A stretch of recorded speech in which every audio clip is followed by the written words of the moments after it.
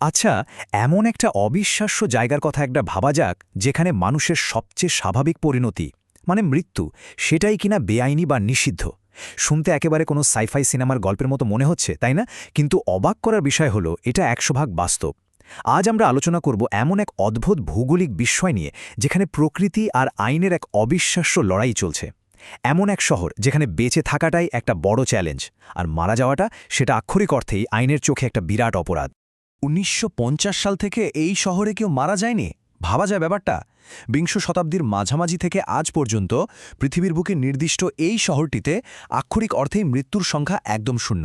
না, এটা কোনো রূপকথা বা বানানো গালগল্প নয়, এটা আমাদের এই পৃথিবীরই একটা চরম বাস্তব চিত্র।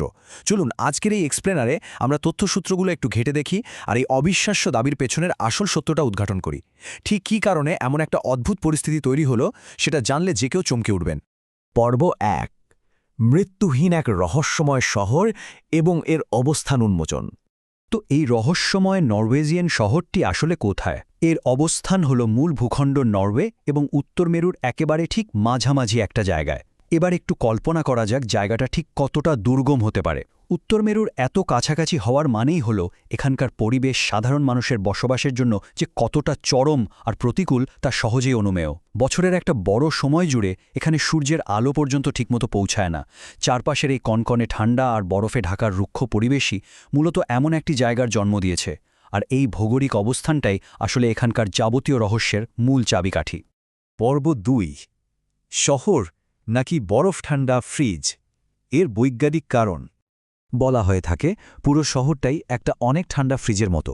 কথাটি হয়তো কিছুটা রূপক অর্থে বলা, কিন্তু এর পেছনে লুকিয়ে আছে সম্পূর্ণ নিরেট একটা বৈজ্ঞানিক সত্য। এখানকার তাপমাত্রা এতটাই কম যে চারপাশের মাটি সবসময় পার্মাফ্রস্ট বা চিরহরিৎ বরফে ঢাকা থাকে। এর সোজা অর্থ হল কেউ যদি এখানে মারা যায় তবে তার মৃতদেহ কখনোই প্রাকৃতিকভাবে ডিকম্পোজ বা পচে যায় না।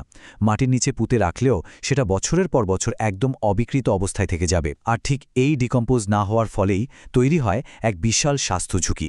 অতীত মহামারীর ভয়ঙ্কর সব জীবাণুও এই বরফের নিচে মৃতদেহের সাথে সতেজ থেকে যাওয়ার একটা মারাত্মক শঙ্কা থাকে। আর এই ভয়ঙ্কর সমস্যাটার কারণেই প্রকৃতিকে টেক্কা দিতে এক অভিনব ব্যবস্থার প্রয়োজন হয়ে পড়েছিল।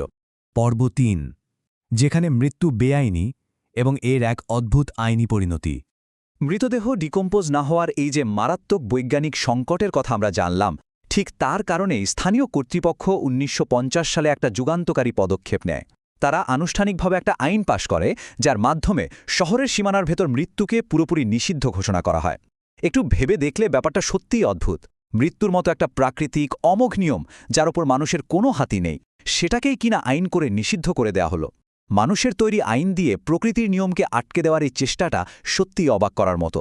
আর সেই ১৯৫০ সাল থেকে শুরু করে আজ পর্যন্ত দীর্ঘ কয়েক দশক ধরে এই অদ্ভুত আইনটি সেখানে কড়াকড়িভাবে বহাল আছে। এখন স্বভাবতই একটা প্রশ্ন মাথায় আসতে পারে, মানুষ তো আর আইন মেনে মৃত্যুকে আটকে রাখতে পারে না, তাই না? তাহলে কেউ হঠাৎ অসুস্থ হয়ে পড়লে আসলে কি করা হয়?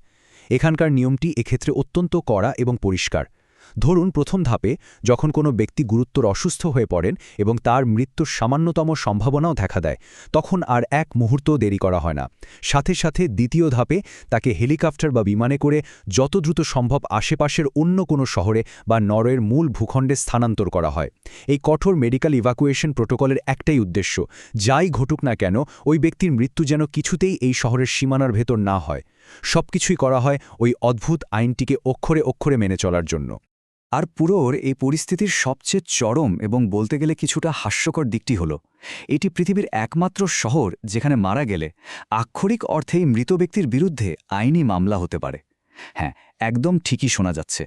যদি কেউ হঠাৎ করে কোনো দুর্ঘটনায় বা অন্য কোনো কারণে শহরের সীমানার ভেতরে মারাও যায়, তবে তাকে সেখানে সমাহিত করা তো দূরের কথা, উল্টো নিয়মভঙ্গের দায়ে এক অদ্ভুত আইনি জটিলতা তৈরি হতে পারে।